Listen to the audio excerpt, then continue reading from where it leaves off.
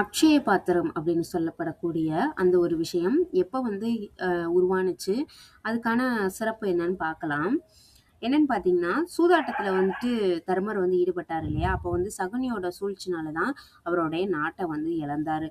அவர இத தனக்கு சாதகமா பயன்படுத்திக்கணும் அப்படின்னு சொல்லி துரியோதனன் என்ன பண்ணிட்டான்னா, அவங்க எல்லாரையுமே 12 ஆண்டுகள் நீங்க வனவாசம் போயிறணும் அப்படின்னு சொல்லிட்டாரு. உடனே இவரும் கிளம்புனாரு. இவர் மட்டும் கிளம்புறது மட்டும் இல்லாம, அவங்க தம்பி எல்லாரையும் கூட்டிக்கிட்டு, தன்னுடைய மனைவியான திரௌபதி எல்லாரையும் கூட்டிக்கிட்டு வனவாசம் புறப்பட்டாங்க. இவர் போயிட்டு திரும்பி யாரும் வரமாட்டாங்க. அந்த நாட்டை நம்மளே வச்சுக்கலாம் அப்படின்ற ஒரு ஆசையில என்ன பண்ணிட்டாருன்னா, நீங்க யாருக்குமே கண்ணுல படக்கூடாது. நீங்க பாட்டுல போயிட்டு காட்டுல மட்டும்தான் வாழணும். அந்த மாதிரி வாழ்ந்தீங்கன்னா உங்களோட நாட்டை நான் திருப்பி தந்துடுறேன் அப்படின்னு துரியோதனன் சொல்றாரு. ஏன்னா கண்டிப்பா வரமாட்டாங்க அப்படின்ற அவருக்கா ஒரு தீய எண்ணம். அந்த மாதிரி இருக்கவும் இவரும் போயிட்டாங்க. போய் பாத்தீங்கன்னா எல்லாரும் போய் காட்டுல தான் வாழ்றாங்க. அப்ப இவங்க கூட சில அந்தணர்களும் போனாங்களாம். அந்தணர்களும் சரி, முனிவர்கள் எல்லாரும் போயிருக்காங்க.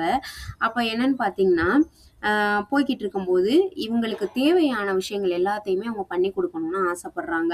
யாருன்னு பாத்தீங்கன்னா அந்தணர்கள். ஆனா அங்க இருக்கக்கூடிய அந்த பாண்டவர்களுக்கு என்னன்னா, அந்தணர்களுக்கு நம்மளால சாப்பாடு கொடுக்க முடியலையே அப்படின்னு ஃபீல் பண்றாங்க. அந்த காட்டுல இருக்கக்கூடிய காய்கள், பழங்கள் எல்லாத்தையும் பறிச்சு கொண்டு அந்தணர்கள் இந்த பாண்டவர்களுக்கும் சரி, திரௌபதி அம்மையாருக்கும் சரி சாப்பாடு கொடுக்குறாங்க. அப்போ இந்த மாதிரி நம்மளுக்கு கொடுக்குற இவங்களுக்கு நம்மளால கொடுக்க முடியலன்னு அவ்வளவு ஒரு கில்ட்டியா இருக்கு அவங்க 5 பேருக்குமே.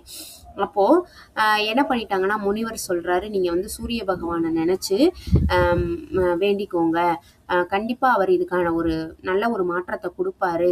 அதுக்கான ஒரு நல்ல ஒரு இதை விடையை கொடுப்பாரு அப்படின்னு சொல்லவும், எல்லாரும் சூரிய பகவானை நினைச்சு ஒரு தவம் ஒண்ணு புரியுறாங்க. அப்பதான் சூரிய பகவான் ஒரு அக்ஷய பாத்திரத்தை ஒண்ணு தர்மரோட கையில கொடுக்குறாரு.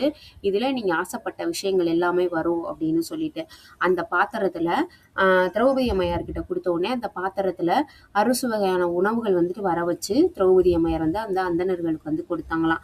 இப்படிதான் அக்ஷய பாத்திரம் உருவான கதையை நம்மளுக்கு சொல்லியிருக்காங்க.